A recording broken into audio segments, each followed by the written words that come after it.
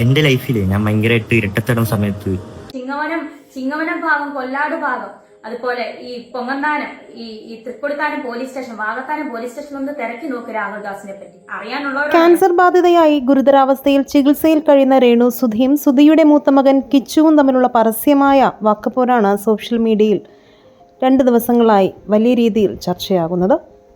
ചികിത്സാ സഹായത്തിനായി രേണു തുടങ്ങിയ യൂട്യൂബ് പെയ്ഡ് സബ്സ്ക്രിപ്ഷനാണ് ഇപ്പോൾ വലിയ തർക്കങ്ങൾക്ക് വഴിതിരിച്ചിരിക്കുന്നത്.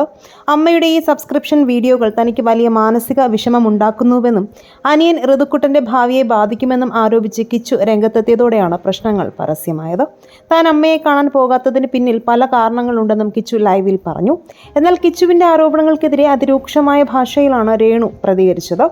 ഞാൻ ചത്താലും എൻ്റെ ശവം നീ കാണരുത്, എൻ്റെ കൊച്ചിന് വേണ്ടി എന്നെ വെറുതെ വിട്ടേക്കെന്നാണ് പൊട്ടിക്കരഞ്ഞുകൊണ്ട് രേണു കിച്ചുവിനോട് പറഞ്ഞിരിക്കുന്നത്. സബ്സ്ക്രിപ്ഷൻ തുടങ്ങുന്ന കാര്യം മുൻകൂട്ടി താൻ കിച്ചുവിനെ അറിയിച്ചിരുന്നുവെന്നും ഇതിലൂടെ 2.5 ലക്ഷത്തോളം രൂപ കിട്ടുമെന്നറിഞ്ഞപ്പോൾ കിച്ചുവിന് എതിർപ്പില്ലായിരുന്നുവെന്നും രേണു തെളിവുകൾ സഹിതം വ്യക്തമാക്കുന്നു.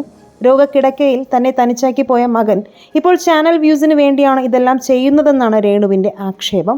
മാത്രമല്ല കിച്ചുവിൻ്റെ ഭാവിയെ തന്നെ ബാധിക്കുന്ന പല പോലീസ് സ്റ്റേഷൻ കഥകളും തൻ്റെ കൈവശമുണ്ടെന്നും അത് പുറത്ത് പറയിപ്പിക്കരുതെന്നും രേണു മുന്നറിയിപ്പും നൽകുന്നു. സുധിചേട്ടൻ്റെ വിയോഗത്തിന് ശേഷം മലയാളി നെഞ്ചിലേറ്റിയ കുടുംബമാണ് ഇപ്പോൾ ഇങ്ങനെ തകർന്നു പോകുന്നത്. രോഗത്തിൻ്റെ കഠിനമായ വേദനകൾക്കിടയിലും രേണുവിന് നേരിടേണ്ടി വരുന്ന ഈ പ്രതിസന്ധിയിൽ പ്രേക്ഷകരും വലിയ വിഷമത്തിലാണ്. എന്നാൽ കിച്ചുവിനെ സപ്പോർട്ട് ചെയ്യുന്നവരും കുറവല്ല. കിച്ചുവിൻ്റെ പക്ഷം നിന്ന് ആലോചിക്കുമ്പോൾ അതാണ് ശരിയെന്നും രേണുവിൻ്റെ നോക്കുമ്പോൾ അതാണ് ശരിയെന്നും പറയുന്ന 2 പക്ഷക്കാരാണ് ഇതിന് കമൻറ്റുകളുമായി വരുന്നത്. ഈ വിഷയത്തിൽ നിങ്ങളുടെ അഭിപ്രായങ്ങൾ മടിക്കാതെ കമൻറ്റ് ചെയ്യുക. കൂടുതൽ വാർത്തകൾക്കായി ചാനൽ ഒന്ന് സബ്സ്ക്രൈബ് ചെയ്ത് സപ്പോർട്ട് ചെയ്യാനും മറക്കല്ലേ ഫ്രണ്ട്സ്.